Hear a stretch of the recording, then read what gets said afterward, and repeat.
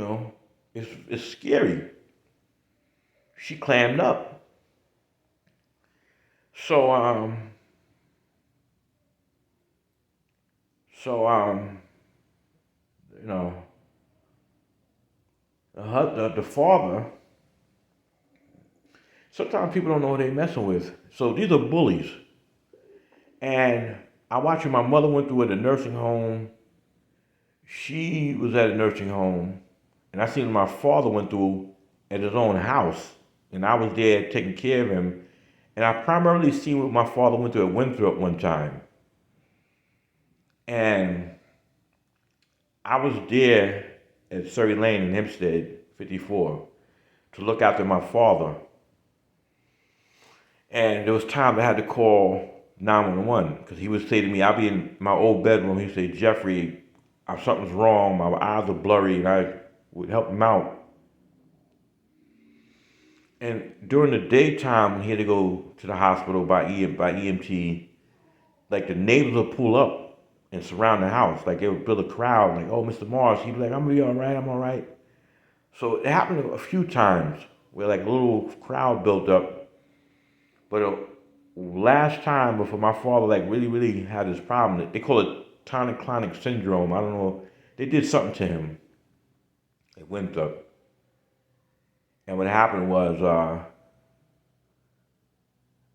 he said he had a problem, and I called, and they put him in the ambulance in front of the house. It was daytime, and I had to close up the house, and I actually had this young lady from Franklin Square who died of colon cancer, and the mother, the son to the mother, and the brother, the sister,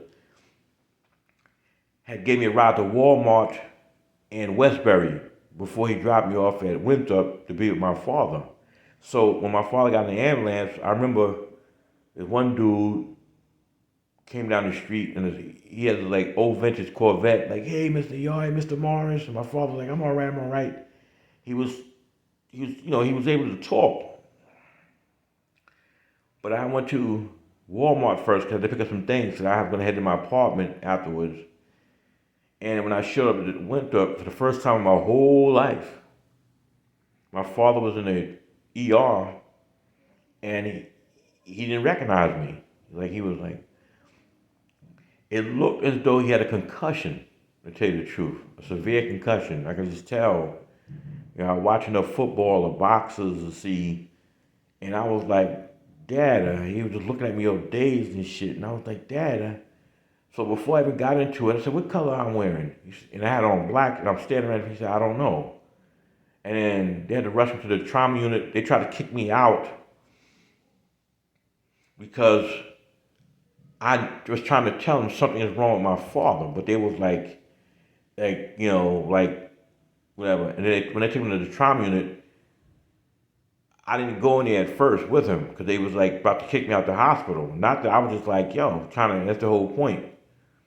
They didn't want me to see anything and want me to protect my father's best interest. Then he went to this thing called tonic-clonic syndrome, which to me is like they gave him some kind of an accelerant.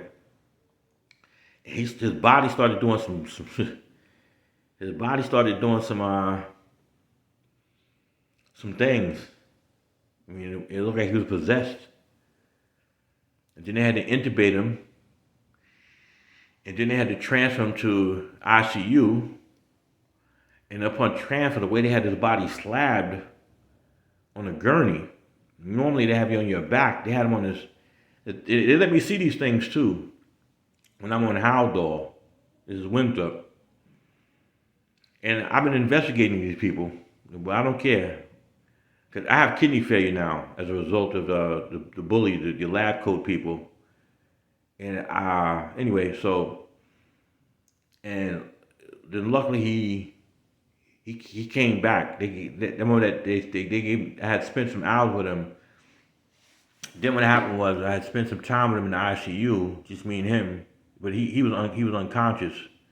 They was giving him propofol. Then I remember a white nurse and said, would you like something to drink? She was nice enough. While I was looking over my father who was unconscious. She had this thing in her. Would you like some water? I said, yes. She comes back, there's a booger on the cup.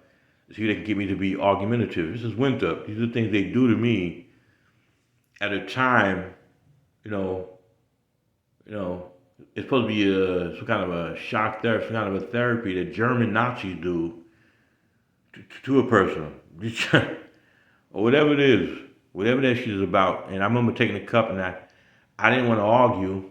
Mm. I was thirsty. Mm. And I left my father, but he came back through the next day. But he wasn't. He came back too, but he wasn't the same. But he always said that. He always said that he couldn't remember what happened. You know, I said, Dad, what happened to you? You know, when you got in the ambulance. And last thing he said to me was, Jeffrey, I remember being brought in by the Nassau County Police, and I lost consciousness. And that's what happened when you leave your loved ones unattended by themselves, who are very vulnerable. And, uh, and I'm supposed to be next, because they said to me that if I don't, if my kidneys collapse, fold on me, and completely fail, I'm gonna need dialysis. If I don't do dialysis, I'm gonna have a stroke and heart attack. You know? So and this is all due to psychiatric abuse that I've endured, primarily by way of induced edema, May 2015, National University Medical Center, by two resident female doctors.